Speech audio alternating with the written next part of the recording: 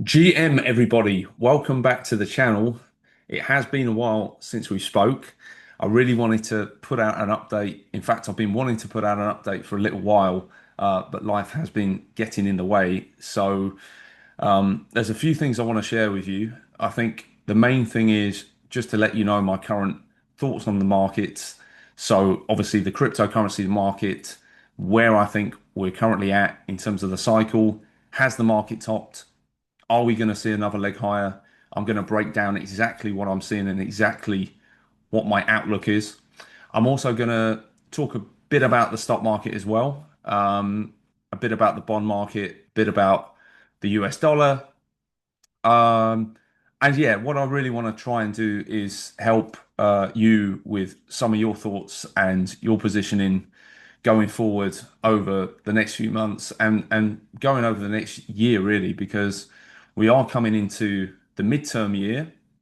We are coming into, as far as cryptocurrency would be concerned, the bear year historically. So the year after the post-election year or after the past post-halving year.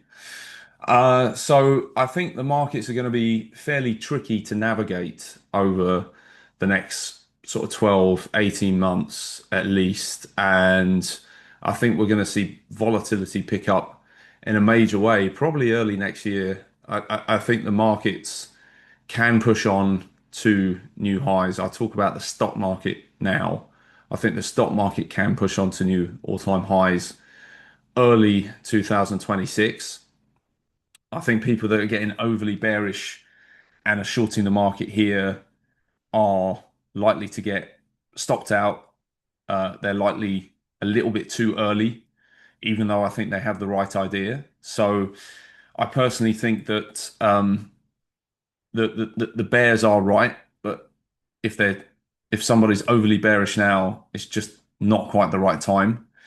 And on the bullish side, I think ultimately the bulls are going to be right as well. I think longer term, Bitcoin goes a lot higher.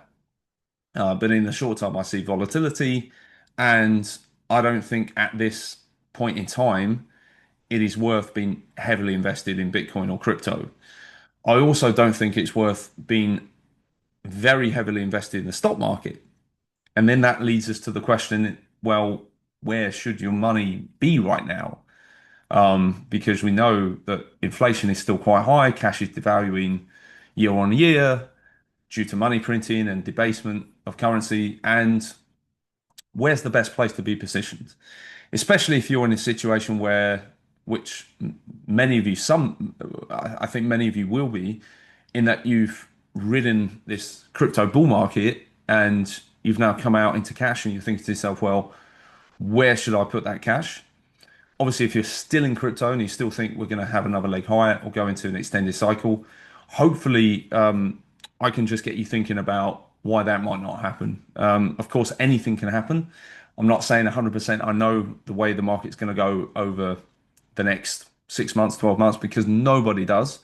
But I'm just going to share with you my thoughts, my opinions, where I'm putting my money, what I'm going to be doing, and obviously, hopefully, that is something that you can factor into your own decision making. So let's go on to screen share and let's have a look at the charts. And we'll start off with Bitcoin. And then I think we'll look through the probably just the major currencies, Bitcoin, ETH, Sol. And then we'll look at the stock market, the US dollar, and we'll wrap it up from there. So, just in terms of Bitcoin, then, and I'm just going to try and make this a little bit cleaner. You can see we've got a 4 hour chart here. We can see that Bitcoin, after coming all the way down to 80K, is currently consolidating.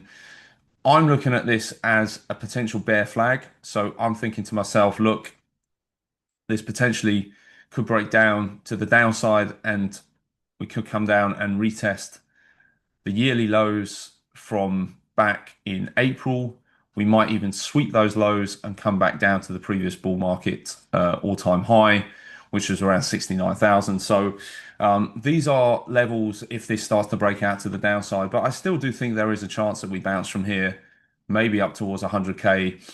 We've got some longer term trend lines in play here. So you can see we've got this jet trend line connecting the highs from the previous bull run, which we have liked to base off as support and resistance this cycle as well. So I do think it's relevant for that to be on there. Um, and we've got a couple of trend lines coming in from the lows of this year, which have since been broken. So just cleaning this up a little bit, and yeah, we can see where we are right now. So obviously the top getting put in right at the start of October. This is actually when I sold the majority of my crypto. I de-risked massively just because I started to see what I believe to be was a failed breakout on the daily chart here, going higher, and then this one on the Tuesday, I started to get nervous. We couldn't actually reclaim the breakout level, and then this was actually on the Thursday when I made the decision to completely get out, and then the Friday everything nuked. So I did manage to save myself a penny or two there. Um, but in terms of where we are from here, look, we're coming into a key area of resistance here in terms of this descending trend line. So this descending trend line on the 4 hour has been respected, using it as support multiple times, breaking through and coming back up and retesting it as resistance. So I think I'll be looking for probably some sort of rejection around the sort of 93 level. Can we spike up towards sort of 95? Can we go as high as 96, 97 and come up and touch this upper trend line from this bear flag? Absolutely, we can. But I honestly don't know if we go that high. I think what is more likely is maybe we come as high as 95, or maybe we just reject here. Obviously, this is running into the FOMC interest rate decision in a few days' time. So, is this a level I'm looking to short? Am I looking to take profits? Not really. I'm pretty flat on the market. I'm pretty much out of the market myself right now. I might look for a couple of shorts on some altcoins when Bitcoin comes into this sort of 93, 94K level, and start to scale into these shorts.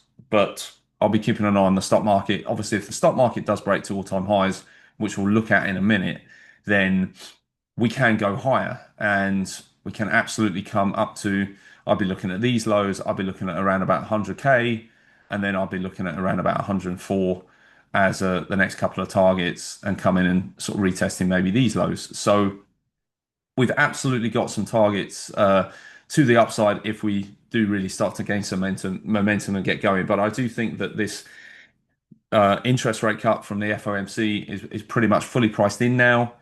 And for that reason, I think to myself, well, if this has been front run, if traders have been positioning into the market because they know a cut's coming, what happens when that cut is actually confirmed?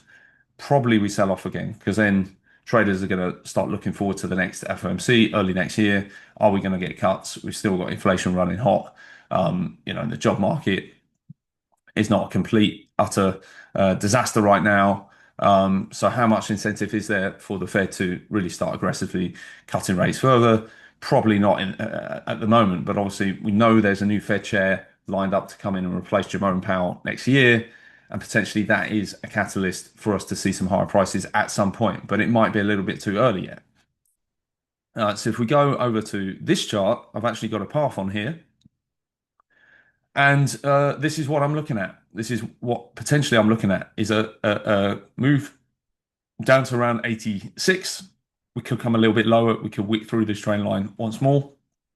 This trend line here is pretty much our line in the sand for the bull market uptrend. So you can see we are definitely testing it here. We've obviously sort of tested it back in August. We didn't test it in April. We remained above it, but this is what I really want to see how held to give us any chance of kind of going higher and seeing much higher prices next year. But like I say, I think that's unlikely. I do think the high's in. And what I think is probably that we either come here or we get a much, much deeper flush. And I think a lot of this again goes back to what happens with the stock market. We know the correlation with the stock market and also the US dollar is a very positive correlation for Bitcoin with the stock market, negative correlation with the US dollar. So it's important that we pay attention to what's going on with those charts to know what is going to happen with cryptocurrency. If we know what's going to happen, or sorry, we know what's going to happen with Bitcoin. If we know what's going to happen with Bitcoin, we have an idea of what's going to happen with Ethereum and Solana as well, which we'll look at in a minute. But yeah, I see either this move or this move. What I'm trying to say is I don't think there is much upside to actually buying Bitcoin here. I think your upside is going to be fairly limited. So if you were to take a long position here, you're looking at maybe, sort of 12% upside. But then on the downside, if we do actually break this trend line, you're looking at around about maybe 7% downside, 8% by the time you actually get stopped out. And this is as a best case scenario, we might only come into around about 100K because it's not guaranteed we'll actually get through 100K. So again, maybe you're looking at a 6% upside, you know, 6, 7% downside. Is it really worth it? I don't think it is here. But down at this level, of course, if we do actually come down and retest this trend line again, then you're looking at a 12, 13% upside. Your downside, probably you'd want to start getting out maybe under this week, maybe it's only 2, 3%. So you can get your invalidation a lot tighter. And then if we swept all the way down here, this is what I really like as a trade is a move down towards the sort of, 69, 70K level, sweeping these lows. I think at that point you'll get a massive recovery and you can be looking at a 40% upside. That's on Bitcoin and a close, beneath the prior market cycle all-time high. You can get your risk really tight to just a couple of percent. So that's why in my opinion, or my current approach is going to be two places to buy: the mid 80s and then the low 70s, and they're the two areas I'm looking to buy. I'm not really looking to chase this market at this point. I think you have to be very, very careful on the long side here, with the market being in an aggressive downtrend. And like I say, if we do break this uptrend, then I think we come down to around 70K very, very quickly. There's not a lot in here really to stop us doing that very quickly.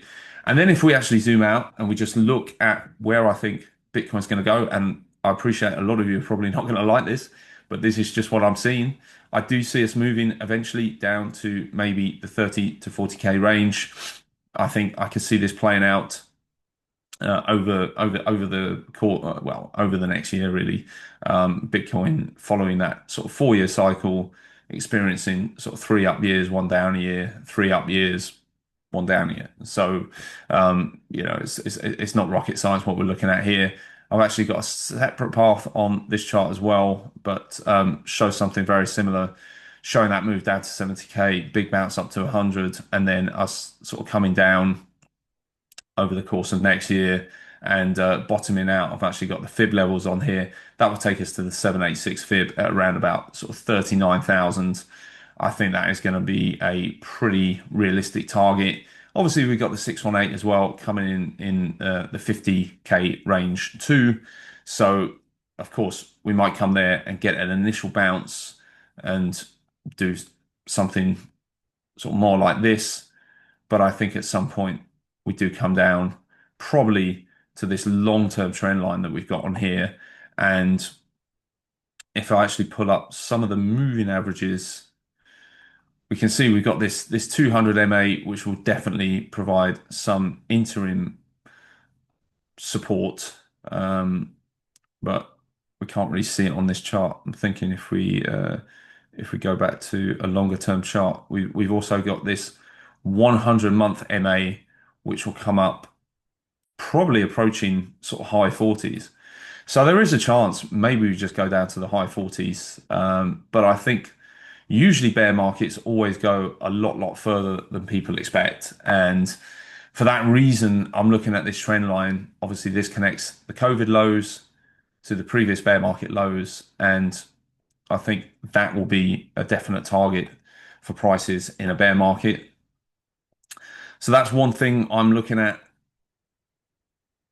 Obviously, on the short term in Bitcoin, I still think we can bounce, but I am looking at some point at a rejection. Let's go back to this one. At some point, at a rejection, maybe from this descending trend line and another leg to the downside before getting a bounce, before getting a bigger bounce, which I think could come early next year, more likely than into the end of this year. But it remains to be seen. Obviously, Ethereum, what we've just talked about with Bitcoin, very, very much similar on Ethereum. Let me just clean this up slightly to get rid of some of these fib retracements. But you can see, I think we could come back down, retest, make a rally into the mid 3000s. Could go as high as 3,800, come and retest this trend line. But ultimately, I think you're going to see lower prices over the next year, following a similar path to Bitcoin down, and that will take us sort of back down towards the lows of the previous bear market. For Ethereum and Solana, I'll be looking at doing something similar. I haven't actually drawn a path on here. Apologies about the messy chart. Literally cannot see a thing with all these fib retracements. So just got to get some of these closed to make it a little bit easier to see. But I do think at some point we come and we fill in some of these inefficiencies down here on the Solana on the Solana chart, and maybe we come back down towards around $50 in the next bear market. I mean, a move down to $50 from these prices. I mean, it's a 60% move down. It's not completely out of the question for cryptocurrency to do these kind of moves in bear markets. From the high down to $50 is going to be about an 82% drop. Absolutely, Solana can do that. So, don't forget how brutal and bad these bear markets can get. I mean, the last bear market for Solana, 97% down. Obviously, we know that a lot of that was the FTX capitulation, but even before the FTX capitulation, and if FTX had not capitulated, many people were thinking well, the low might have held before that, which was around 88% down.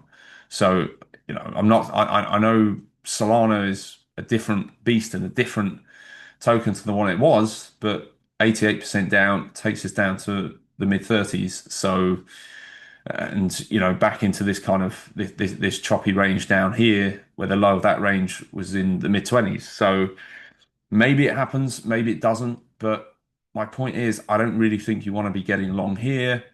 I think a retest of the weekly 200 moving average, which is just above $100 on Solana, is probably a place I'd like to bid. But before that, I'm very much just watching what Bitcoin does and trying to use that as a indicator of what the rest of the alt market's likely to do.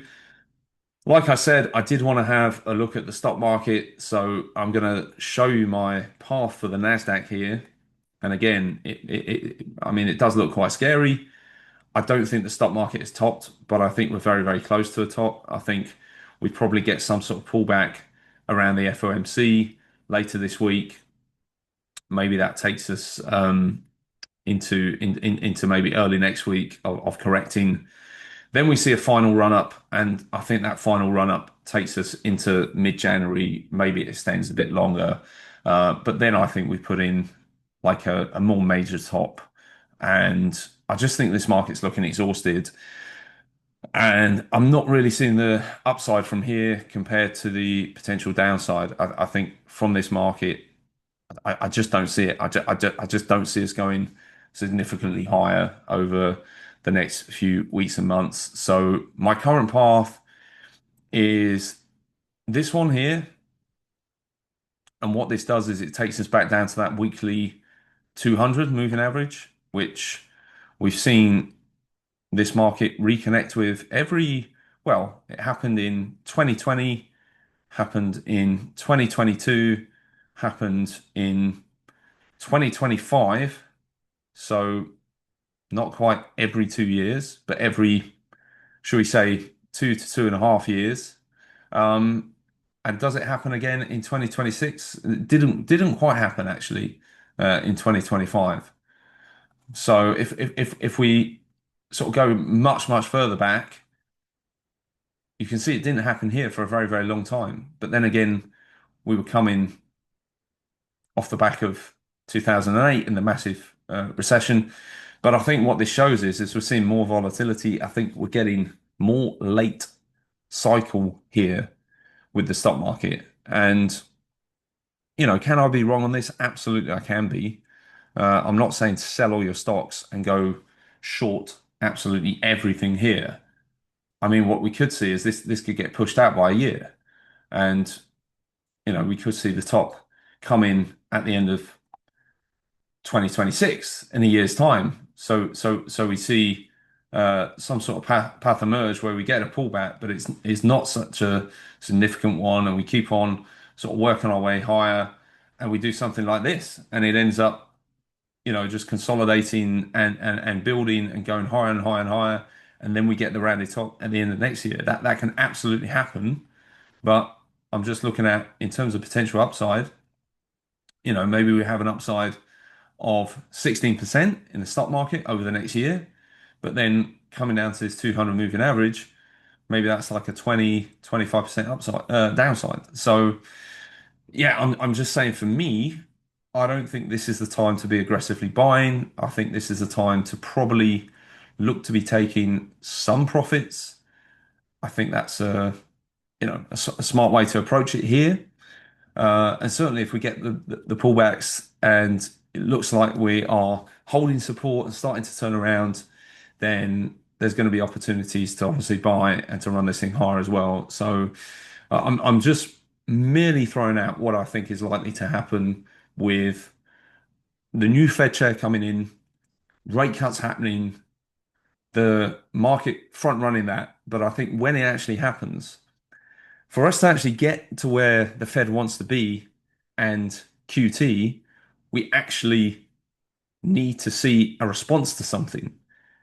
And the response is not going to be a response to the market ripping higher and making new all-time highs every month. It's going to be a response to some sort of crash, some sort of crisis, some sort of panic. So, if I was a very sort of skeptical and more, if I thought the government was a bit more sinister, then I'll be thinking, well, does something get engineered to actually cause this, which then allows the new Fed chair to slam rates to zero and restart QE, and asset prices get pumped up into the last couple of years of Trump's term.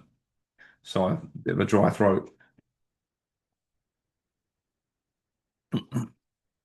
I think absolutely that is what can happen. So you should never get complacent. And I'm going to be fully prepared for this, but I'm also going to be prepared for the market to go up, sort of 10-15% next year, and for this to be pushed back. But I do think at some point over the next couple of years, you will get an opportunity to buy at 10-15% lower prices than current prices, which could mean 20-30-40% on some of your favorite stock names. So that's what I'm looking at doing. I would say I'm fairly hedged right now, which means if the market goes up, I do profit from my stock market longs, but also I have a little bit in shorts. I've been putting a bit into bonds. So we will look at the dollar and we'll look at how the dollar plays into this. Just before we do that, let's touch on the S&P. I mean, I was looking at the Nasdaq, but the S&P, very, very similar path. Not too much more to say. We've got a long-term trend line that I think the S&P at some point comes back and retests. That's going to be around about 5,500. We're currently close to 7,000. So again, whether this happens at 5,500 early next year or whether it gets delayed by a year and actually it happens in 2027 when the S&P is around 6,000 instead of 5,500, it's going to be lower than 7,000. So I'm still thinking to myself, maybe we get that pullback at some point to this 200-week moving average, to this longer term trend line. So yeah, that's it on stocks. Cautiously optimistic, but managing risk. I think that's the key here, just to manage risk. The dollar, I think, is likely to see a rally over the next year, and this is the one thing that is making me a bit more bearish on the stock market, on crypto, probably going into say Q2 of next year. Certainly, I think we could get another leg down over the next couple of months in the dollar, which would be good for risk assets. But I think ultimately we see this flight to safety. I think we see the dollar starting to go up. Initially, this could be good for stocks in the US. It means more people are buying the dollar, more people are having dollars to invest in US companies. But I think at some point that does become a way on risk assets. And we could see a very, very bullish 2026 for the US dollar, which will put pressure, especially on commodities, cryptocurrencies.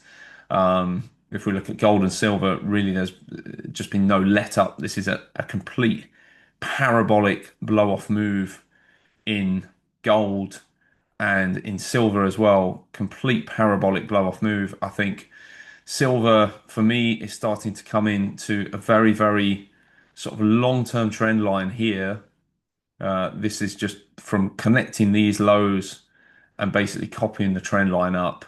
That's around about $60. So I'm actually looking for at least an interim top to be put into silver around about $60. I think if we get above there, of course we can run higher, maybe towards $70, but this is starting to look really extended, and certainly when the dollar starts to turn around, we're going to see silver coming down very, very, very quickly, maybe down as low as sort of the mid 30s. I would think would be the target for me on that.